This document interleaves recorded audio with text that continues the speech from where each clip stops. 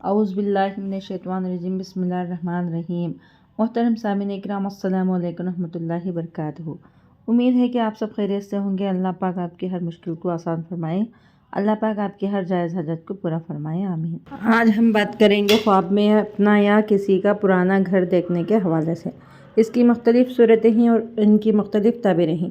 خواب میں اپنا یا کسی اور کا پرانا گھر دیکھنا غم، پریشانی اور تکلیف کی علامت ہے۔ صدقہ کرنا چاہیے اور صدقہ آنے والی مصیبتوں کو ٹال دیتا ہے۔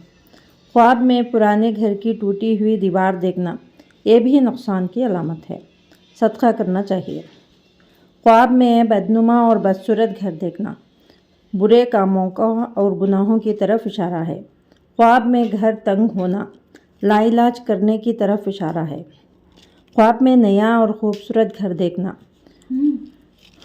حسین و جمیل گھر دیکھنا یہ مال و دولت ملنے، رنج و غم سے نجات پانے، پریشانی اور تکلیف کے ختم ہو جانے کی علامت ہے اور گناہوں سے توبہ کرنے کی بھی علامت ہے۔